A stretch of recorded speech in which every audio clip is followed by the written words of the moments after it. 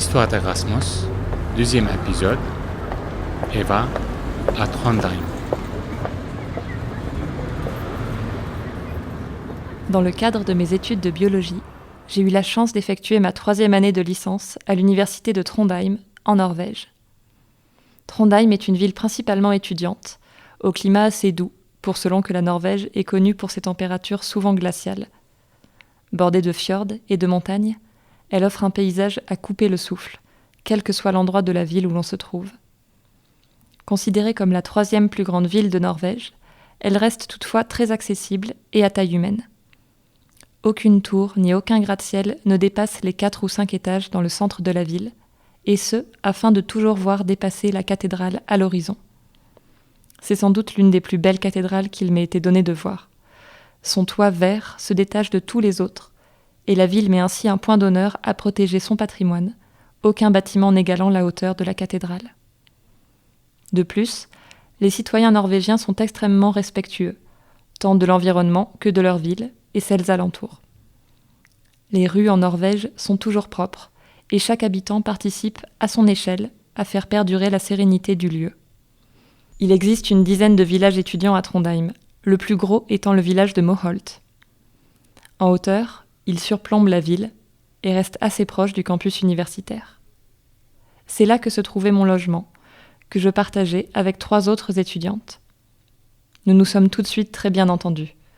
Seul problème, les chambres de notre logement n'étaient pas meublées, avec seulement un sommier et un placard par personne. Sans nous décourager, nous sommes donc partis toutes les 4 dans un autre haut lieu touristique de la région, le magasin Ikea le plus proche de notre campus. Il est en réalité assez simple de s'y procurer tout le nécessaire pour son logement, et des navettes permettent de faire le trajet facilement. Être étudiant en Norvège est une expérience hors du commun, et assez différente de ce que l'on connaît en France. L'éducation est une priorité pour les Norvégiens, et d'importants moyens sont mis au service des écoles et des universités. Les bâtiments scolaires sont particulièrement beaux, et le campus de Glashaugen notamment était vraiment magnifique et très moderne. La cérémonie d'ouverture pour les nouveaux étudiants était impressionnante. Il y avait plus de 10 000 personnes présentes, et les structures d'accueil déployées étaient incroyables. L'université avait installé plusieurs scènes, des écrans géants, des fanfares, des chanteurs, des danseurs et bien d'autres choses encore, pour souhaiter la bienvenue à tous les nouveaux élèves et leur présenter les professeurs et la direction. Le spectacle était vraiment inoubliable et j'avoue en avoir eu des frissons. Nous avons aussi pu profiter de la semaine d'intégration organisée par le Bureau international. Des repas, pique-niques, barbecues et jeux étaient organisés à travers la ville durant toute la semaine pour permettre aux étudiants venus du monde entier de se connaître et de découvrir la ville de manière ludique et agréable. En dehors de la vie étudiante, plusieurs organismes aident à sortir et à découvrir la Norvège de multiples façons. Vous pourrez pratiquer tous les sports possibles ici, comme le foot, la natation, la plongée sous-marine ou encore le quidditch et le cricket. Les groupes de sport sont tous très accueillants et permettent de devenir amis facilement avec les Norvégiens. Mais les meilleurs souvenirs de mon année ici restent les randonnées à travers les contrées les plus reculées de la région, jusqu'aux cabines recluses au fond des bois.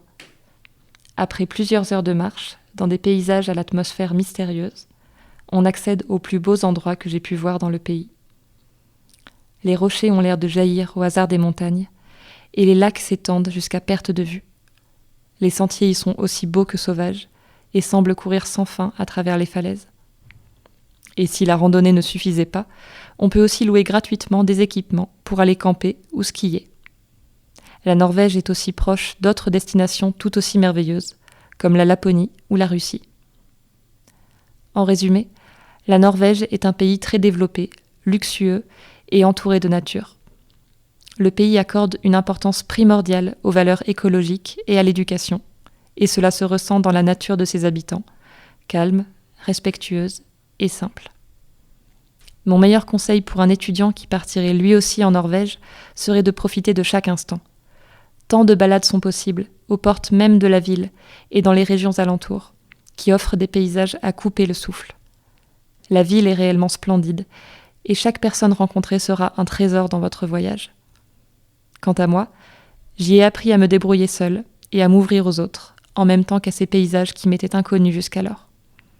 Je suis extrêmement reconnaissante d'avoir pu vivre cette expérience et d'avoir tous ces souvenirs avec moi à présent, que je garde précieusement grâce à Erasmus.